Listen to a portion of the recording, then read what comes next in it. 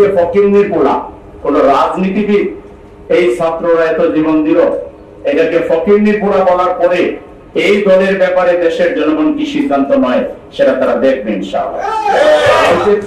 এই এনসিপি কে বলতেছে national children party, কাউকে বলতেছে শিশু।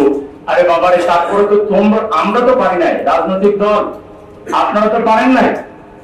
এই শিশুরাই তো ডাক দিয়েছিল। হ্যাঁ, এককভাবে তারাই সব করেছে, আমরাও মনে করি না। একটা পর্যায় পর্যন্ত তারা গিয়েছিল, তারপরে আমরা হ্যান্ডেলিং করেছি সবাই মিলে, এবং আমরা সবাই মিলেই ভূমিকা নিয়ে এটা করেছি। এখন যারা এটা বলছেন, তাহলে বোঝা গেল যে আপনাদের ভূমিকা যে দুর্বল ছিল, সেই যাতনায়, সেই যন্ত্রণায় আপনারা ভুগতেছেন।